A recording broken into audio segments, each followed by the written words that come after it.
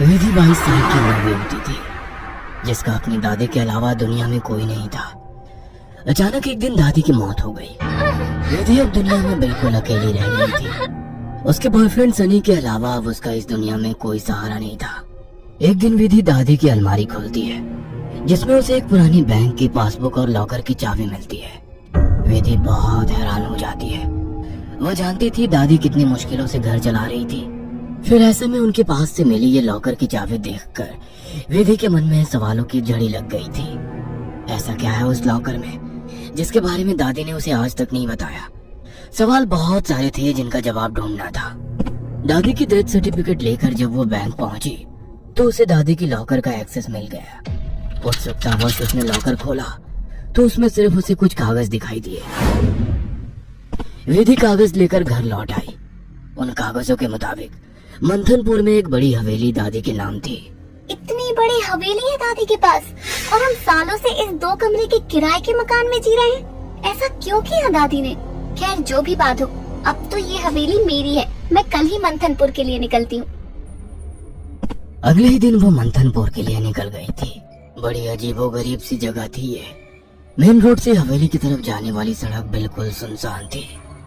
गाड़ी तो क्या, पैदल चलता हुआ भी कोई इंसान नहीं दिख रहा था। सड़क पर गहरा सन्नाटा पसरा हुआ था। सड़क के दोनों तरफ घने ऊंचे पेड़ लगे थे। इतने पेड़ पौधे होने पर भी वहाँ किसी भी पक्षी का कलरव नहीं था। कोई जानवर नहीं। धीरे धीरे अंधेरा हो रहा था। सड़क किनारे लगे घने पेड़ अब जंगल की तरह दिखाई पड़ रहे थे। सड़क पर फैली खामोशी अब विधि को डरा रही थी। कुछ ही देर में वो पैदल चलते हुए हवेली तक पहुंच गई थी। हवेली काफी पुरानी दिखाई पड़ रही थी। ऐसा लगता था कि सालों से वहाँ किसी ने पैर ही नहीं रखा। हवेली के 500 मीटर के दायरे में गिने चुने ही मकान थे और जो थे वो भी खाली पड़े हुए थे। विधि के मन में कुछ अजीब सी उथल पुथल मची हुई थी। मेन गेट खोलकर वो हवेली के अंदर पहुंच गई। अंदर का नजारा देखकर वो दंग रह गई थी। पूरी हवेली जगमगा रही थी। अंदर महंगे फर्नीचर और सजावटी सामान देखकर विधि का मुंह खुला का खुला रह गया था। अरे वाह, ये हवेली तो बहुत वेल मेंटेन्ड है। लगता है यहाँ जरूर कोई रहता है। हेलो, कोई है? कोई है यहाँ? विधि पूरी हवेली में घूमकर वहाँ रहने वाले व्यक्ति को ढूंढ रही थी। ढूंढते ढूंढते वो हवेली के अंदर आकर देखने लगती है। तभी एक बूढ़ी औरत न जाने कहां से विधि के सामने आ जाती है। बूढ़ी के चेहरे पर गहरी झुर्रियां थी और कमर झुकी हुई थी। काला लबादा पहने, आधा मुंह पल्लू में छिपाए। वो औरत बेहद डरावनी लग रही थी। आउच! डरा दिया आपने। क्यों आई हो यहाँ? लौट जाओ। मैं कहीं नहीं जाने वाली। ये मेरी हवेली है। बाय द वे, आप कौन? यहाँ कोई नहीं रह सकता। शैतान रहता है यहाँ। लौट जाओ। शैतान? Very funny. अच्छा, तो हवेली हड़पने के लिए ये स्टोरी बनाई है आपने? विधि कुछ कहने वाली होती है, तभी वो देखती है कि बूढ़ी औरत हवेली की ओर देखकर कुछ सकपका गई है और अपना चेहरा ढकते हुए वो अचानक ही अंधेरे में कहीं गायब हो जाती है। बड़ी अजीब औरत थी। कुछ स्ट्रेंज ही जगह है। विधि हवेली के अंदर आ जाती है और अपना फोन निकालकर सनी को कॉल लगाती है। हेलो सनी, तुम विश्वास नहीं करोगे, ये हवेली तो हमारी सोच से भी ज्यादा खूबसूरत है। तुम बस जल्दी यहाँ आ जाओ। हाँ, मैं आज रात को ही निकलता हूँ। सुबह मिलते हैं, बाय। अगले दिन सुबह सनी भी हवेली पहुँच गया था। अरे यार, कहाँ फंसा दिया विधि ने। अंदर जाने तक का रास्ता नहीं है। हर तरफ झाड़ियाँ, पेड़ पौधे। ऊपर से मुझे कहा कि मेरी सोच से भी ज्यादा खूबसूरत है हवेली माय फुट। सनी बड़बड़ाता हुआ मेन गेट से अंदर जा रहा था। बाहर का कंपाउंड क्रॉस करने के बाद अब वो दरवाजे के सामने था। उसके नॉक करने से पहले ही दरवाजा खुद ब खुद खुल गया। सनी हैरान रह गया था। अंदर पहुंचकर उसने देखा हॉल में कोई भी नहीं है। विधि को पुकारते हुए वो अंदर बेडरूम की ओर बढ़ गया। बेडरूम के अंदर का नजारा देखकर सनी ने दांतों तले उंगलियां दबा ली। विधि अंदर बेड पर बैठी हुई थी। उसके लंबे बाल खुले हुए थे और उसके चेहरे को ढके हुए थे।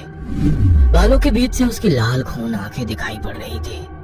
दोनों हाथ और पैरों की मदद से वो बेड पर ऐसे बैठी हुई थी मानो कोई जानवर हो। उसकी खूबसूरती गुलाबी त्वचा जगह जगह से कटी थी और सफेद पड़ गई थी। विधि को देखकर सनी जोर से चिल्लाया, विधि, ये क्या हो गया तुम्हें? सनी की बात सुनकर विधि ने डरावने अंदाज में गर्दन टेढ़ी की। अब उसके चेहरे पर से कुछ बाल हट गए थे। वह भयानक आवाज के साथ हंसने लगी। उसके मुंह से किसी जानवर की तरह लार गिर रही थी। अचानक ही वह पूरी ताकत से चिल्लाई। विधि के बाल हवा में उड़ रहे थे और चेहरा चीखते हुए और भी भयानक होता जा रहा था। काले दांत और सफेद पड़ चुकी आंखें आकार में बड़ी होती जा रही थी। सनी के अंदर और देख पाने की ताकत नहीं बची थी। अपनी पूरी ताकत लगाकर वो कमरे से बाहर की तरफ भागा। बाहर हवेली के दरवाजे तक पहुंचा ही था कि विधि की दर्द से भरी आवाज सुनाई पड़ी। सनी, मुझे छोड़कर मत जाओ, मुझे बचा लो। सनी, ये मुझे नहीं छोड़ेगा। बहुत दर्द हो रहा है, बहुत दर्द हो रहा है।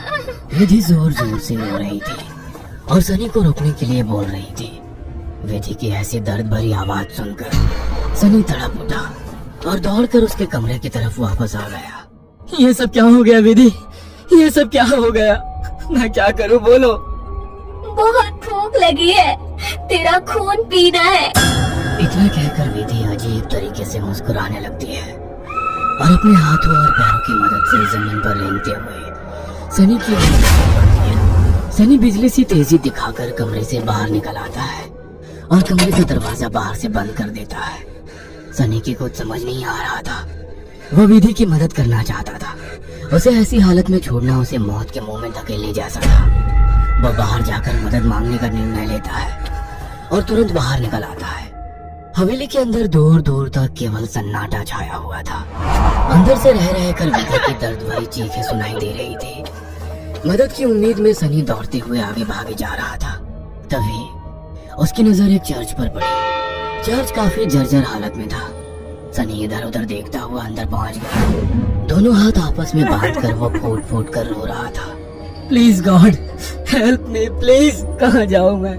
किससे मदद मांगू? प्लीज। कोई प्रॉब्लम है क्या?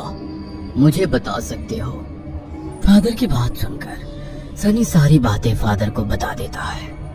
परेशान मत हो डियर, मैं तुम्हें हॉली वाटर दे रहा हूँ। जाकर अपनी गर्लफ्रेंड के ऊपर छिड़क देना। God bless. Sunny holy water लेकर हवेली लौट आया था। उसने विधि के रूम का दरवाजा खोला तो वो दीवारों पर चल रही थी। उसके मुंह से खून बह रहा था और वो जोर जोर से हंस रही थी। दरवाजा खुला देख उसने टेढ़ी सी नजर से सनी को देखा और दीवार से नीचे कूदकर उसकी ओर बढ़ने लगी। सही समय पर सनी ने हॉलिव के ऊपर छिड़क दिया। एक जोरदार चीख के साथ दूर जा गिरी और एक काला सा साया कमरे से बाहर की तरफ जाता हुआ दिखाई दिया। विधि, वो चला गया। तुम ठीक हो? हाँ, वो चला गया, लेकिन अब वो अकेला नहीं आएगा। वो बुढ़िया सही कहती थी, ये घर नहीं शैतान का बसेरा है। यहाँ एक नहीं 5 शैतानी ताकत है। जल्दी चलो विधि, हम यहाँ से दूर निकल जाएंगे। सनी विधि को सहारा देकर ले जाने लगता है। तभी विधि की आंखें पलट जाती है और वो सनी को दूर धकेल देती है। सनी जाकर दीवार में टकरा जाता है। तभी फादर वहाँ आ जाते हैं। मैं जानता था यहाँ एक नहीं बल्कि कई शैतान हैं जो तुम्हें नुकसान पहुंचाने की कोशिश जरूर करेंगे। तुम्हारी दोस्त पोजेस्ड है, यह आसानी से उसका शरीर नहीं छोड़ेंगे। मुझे ही कुछ करना होगा। फादर हॉली वाटर को विधि पर छिड़कते हैं जिससे कुछ पल के लिए शैतान कमजोर हो जाता है। उसी समय वे दोनों उसे बेड से बांध देते हैं। उसके बाद फादर प्रेयर बोलने लगते हैं और वाटर की कुछ बूंदें उसके ऊपर गिराने लगते हैं। विधि पूरी ताकत लगाकर चीख रही थी। फिर कुछ देर बाद अचानक उसने चीखना बंद कर दिया। भयंकर सी आवाज में उसने कहा, ये मेरा शिकार है, तुझे क्या लगता है इसे बचा लेगा? इसके बाद विधि ने झटके से अपने दोनों हाथों पर बंधी रस्सी को खींचकर मोड़ लिया और अपने हाथों और पैरों को उल्टी दिशा में मोड़ने लगी। कट कट की आवाज के साथ उसकी हड्डियों के टूटने की आवाज आ रही थी। विधि के दिल को चीरती चीखों को सुनकर सनी की आंखों से भी आंसू बह रहे थे। फादर ने वाटर छिड़कते हुए विधि के चारों ओर एक गोला बना दिया। अब वो उस गोले से बाहर नहीं आ पा रही थी। फादर लगातार प्रेयर कर रहे थे। अचानक कड़ाक की आवाज आई और विधि की गर्दन पीछे की तरफ घूम गई। विधि का शरीर निढाल होकर जमीन पर गिर गया। सनी पागलों की तरह विधि विधि चिल्ला रहा था। फादर के लिए इस समय सनी की जान बचाना जरूरी था, इसलिए वे उसे घसीटते हुए हवेली से बाहर ले आए और दरवाजे पर वाटर छिड़क कर वहां से बाहर आ गए। सनी अभी भी जमीन पर सिर टिकाकर फूट फूट कर रो रहा था और फादर की आंखों में भी को ना बचा पाने की तकलीफ साफ दिखाई दे रही थी। अगर आपको हमारी ये कहानी पसंद आई हो तो इसे लाइक और शेयर करना ना भूलें।